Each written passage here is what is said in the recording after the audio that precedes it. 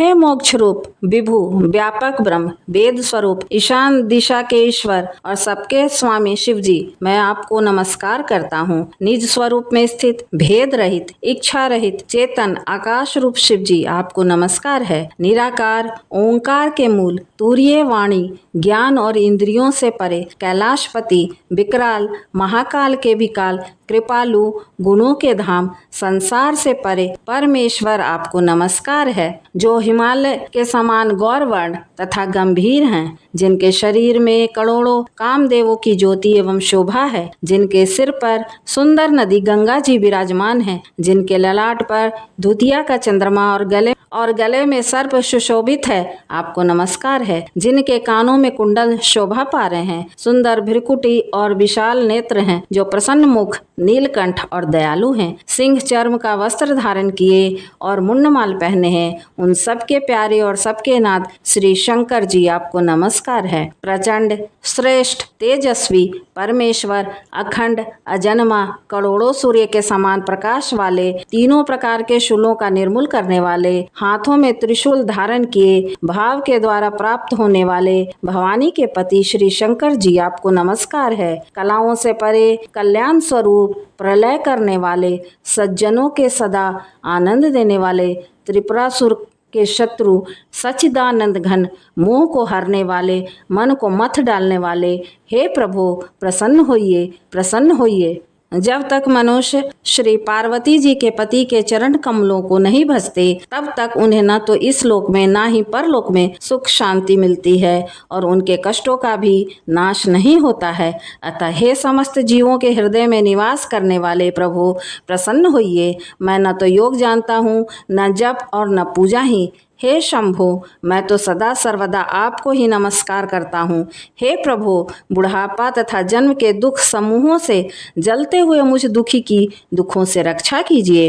हे शंभो, आपको नमस्कार है। जो भी मनुष्य इस तरह स्तोत्र को भक्ति पूर्वक पढ़ते या सुनते हैं, उन पर भोलेनाथ विशेष रूप से प्रसन्न होते हैं। श्री शिवाय नमस्तुभ्यम। आप सभी का अपने चैनल संस्कारी मार्ग पर बहुत बहुत स्वागत है। आप सभी को शनि प्रदोष की हार्दिक शुभकामनाएं। भोलेनाथ आप सभी पर अपनी असीम कृपा बनाए रखें। आज हम सुनेंगे शनि प्रदोष व्रत कथा, उसके बाद शनिवार व्रत की कथा। सनातन परंपरा में शिव एक ऐसे देवता हैं जिनकी पूजा करने पर शीघ्र ही उनकी कृपा बरसती है। मान्यता है कि देवों के देव महादेव जिस व्यक्ति पर प्रसन्न हो जाते हैं, उसका पलक झपकते ही दुख और दुर्भाग्य दूर हो जाता है। आज प्रदोष काल का समय शाम 5:22 से 6:52 तक रहेगा। हिंदू धार्मिक शास्त्रों में शनि प्रदोष का विशेष महत्व है, क्योंकि शनिदेव भगवान शिव के परम भक्त थे और प्रदोष का यह संयोजन पवित्र और विशेष है। जो लोग शनि दोष से पीड़ित हैं, उन्हें इसके बुरे प्रभाव से मुक्ति पाने के लिए शनि प्रदोष व्रत का पालन करके व्रत की कथा अवश्य ही पढ़नी या सुननी चाहिए। साथ ही इस दिन भगवान शिव के साथ साथ शनिदेव की पूजा करके शनिदेव का आशीर्वाद भी लेना चाहिए। हिंदू मान्यता के अनुसार यदि कोई शिव भक्त प्रत्येक कृष्ण पक्ष और शुक्ल पक्ष की त्रयोदशी तिथि यानी कि प्रदोष व्रत को विधि विधान से करता है, तो उसके जीवन में आ रही सभी बाधाएं दूर हो जाती हैं और उसे जीवन में किसी भी प्रकार का रोग शोक या भय नहीं रह जाता। शनि प्रदोष व्रत की पौराणिक कथा के अनुसार एक बार की बात है, एक नगर में एक सेठ जी रहते थे। सेठ जी के घर में हर प्रकार की सुख और सुविधाएं थीं तथा उनके पास अपार धन संपत्ति भी थी, लेकिन उन्हें एक ही दुख था कि उनकी कोई संतान नहीं थी। इसी कारण सेठ और सेठानी दुखी रहते थे। उन्हें संतान प्राप्ति के लिए कई उपाय किए, व्रत उपवास रखे, लेकिन सफलता नहीं मिली। तब दुखी होकर कुछ समय बीतने पर सेठ जी ने अपना काम नौकरों को सौंपकर खुद सेठानी के साथ तीर्थ यात्रा के लिए चल पड़े। अपने नगर से बाहर निकलने पर उन्हें एक साधु महाराज मिले जो ध्यान मग्न बैठे हुए थे। सेठ और सेठानी साधु के पास गए और हाथ जोड़कर उनके ध्यान से उठने का इंतजार करने लगे। काफी देर के बाद जब साधु महाराज ने आंखें खोली तब उन्हें पता चला कि उनके समक्ष कोई बहुत देर से आशीर्वाद लेने की प्रतीक्षा में बैठा हुआ है। साधु ने सेठ और सेठानी से कहा, मैं तुम्हारा दुख समझता हूँ। तुम इससे मुक्ति पाने के लिए शनि प्रदोष व्रत करो, इससे तुम्हें संतान सुख अवश्य प्राप्त होगा। फिर साधु ने सेठ सेठानी को प्रदोष व्रत की विधि बताने के साथ भगवान शिव की वंदना करने के लिए कहा। भगवान शिव की वंदना इस प्रकार की जाती है। हे रुद्रदेव शिव, आपको नमस्कार है। शिव शंकर जगत गुरु, आपको नमस्कार है। नीलकंठ सुर, आपको नमस्कार है। शशि मौली चंद्र सुख, आपको नमस्कार है। उमाकांत सुधी, आपको नमस्कार है। उग्र रूप मन, आपको नमस्कार है। ईशान ईश प्रभु, नमस्कार है। विश्वेश्वर प्रभु शिव, आपको नमस्कार है। साधु से इस प्रकार वंदना करने का विधान जानकर सेठ और सेठानी ने साधु महाराज को धन्यवाद किया और उनसे आशीर्वाद लेकर तीर्थ यात्रा के लिए चल पड़े। तीर्थ यात्रा से लौटने के बाद दोनों ने मिलकर शनि प्रदोष व्रत किया, जिसके प्रभाव से जल्दी ही उनके घर में एक सुंदर पुत्र का जन्म हुआ। इस प्रकार शनि प्रदोष व्रत रखने से सेठ सेठानी का घर खुशियों से भर गया। शनि प्रदोष व्रत के दिन जो भी भक्त जिस कामना को लेकर प्रदोष व्रत रखता है, उसकी वह कामना भगवान शिव और शनिदेव की कृपा से अवश्य पूरी होती है। अब सुनिए शनिदेव की पौराणिक कथा। एक बार की बात है, सभी नवग्रह जो कि सूर्य, चंद्र, मंगल, बुध, बृहस्पति, शुक्र, शनि, राहु और केतु हैं, उनमें इस बात को लेकर विवाद छिड़ गया कि हम सभी में सबसे बड़ा कौन।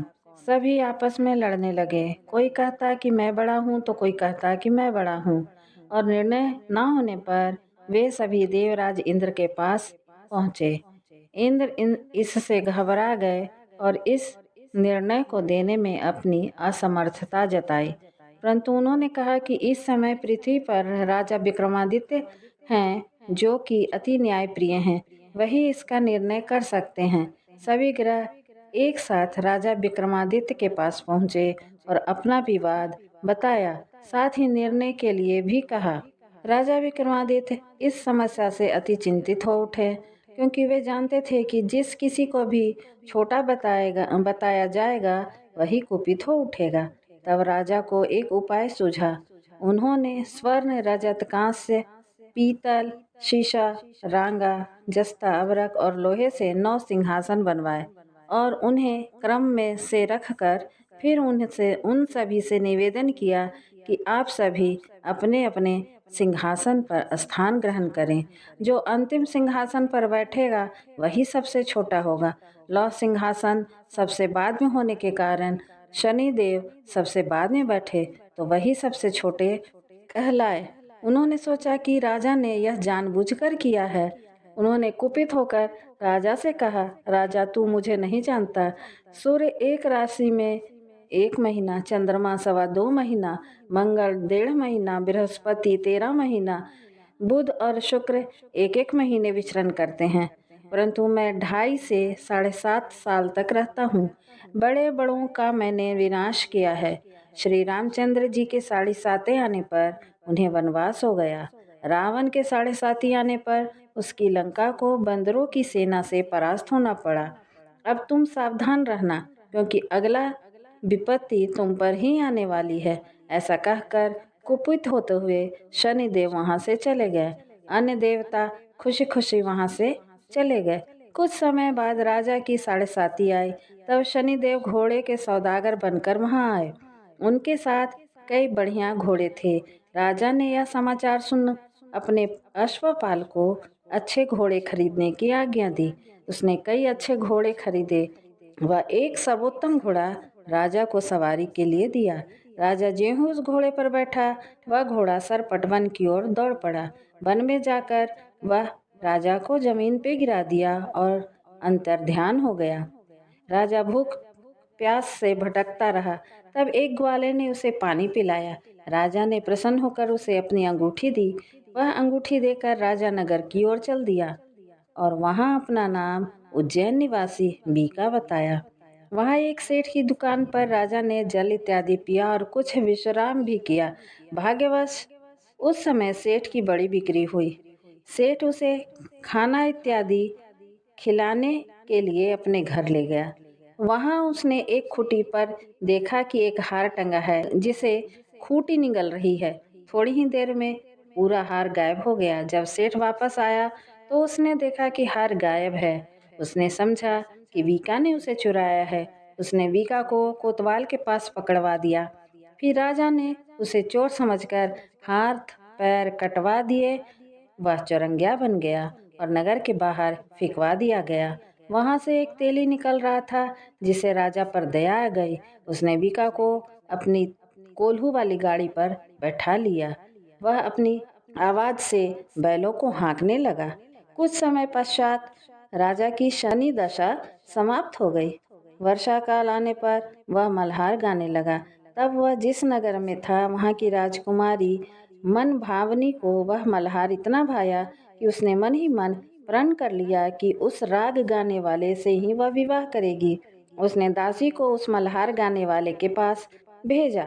दासी ने बताया कि वह चौरंगिया है, परंतु राजकुमारी नहीं मानी। अगले ही दिन से वह इस बात को लेकर अनशन पर बैठ गई कि वह विवाह करेगी तो उसी से।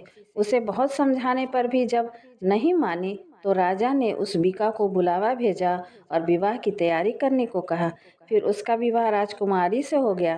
तब एक दिन सोते हुए स्वप्न में शनिदेव ने राजा से कहा, राजन तुमने देखा मुझे छोटा बताकर कितना दुख झेला।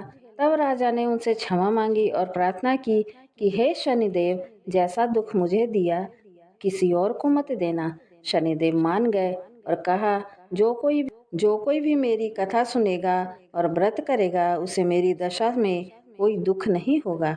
जो नित्य मेरा ध्यान करेगा और चींटियों को आटा डालेगा उसके सारे मनोरथ पूर्ण होंगे। साथ ही राजा को हाथ पैर भी वापस दे दिए। प्रातः आँख खुलने पर राजकुमारी ने देखा तो वह आश्चर्यचकित रह गई। बीका ने उसे बताया कि वह उज्जैन का राजा विक्रमादित्य है। सभी अत्यंत प्रसन्न हुए। सेठ ने जब यह सुना तो वह क्षमा मांगने लगा। राजा ने कहा कि वह तो शनिदेव का कोप था, इसमें किसी का कोई दोष नहीं है। सेठ ने फिर भी निवेदन किया कि मुझे शांति तभी मिलेगी जब आप मेरे घर चलकर भोजन करेंगे। सेठ ने अपने घर में नाना प्रकार के व्यंजन से राजा का सत्कार किया। साथ ही सभी ने देखा कि जो खूंटी हार निगल गई थी वही अब उसे उगल रही थी। सेठ ने अनेक मोहरें देकर राजा का धन्यवाद किया और अपनी कन्या श्री कौड़ी से पानी ग्रहण का निवेदन किया।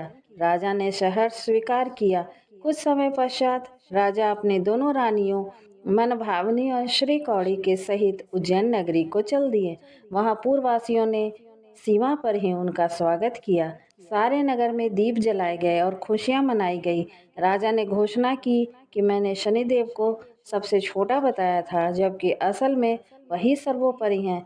तब से सारे राज्य में शनिदेव की पूजा और कथा नियमित होने लगी। सारी प्रजा ने बहुत समय तक खुशी और आनंद के साथ बिताया। जो कोई शनिदेव की इस कथा को सुनता या पढ़ता है उसके सारे दुख दूर हो जाते हैं। तो प्रेम से बोलिए शनिदेव महाराज की जय। यदि वीडियो पसंद आया हो तो कृपया हमारे चैनल को लाइक, शेयर और सब्सक्राइब करें ताकि आगे आने वाले वीडियो की जानकारी आपको समय से पूर्व मिल जाए। धन्यवाद।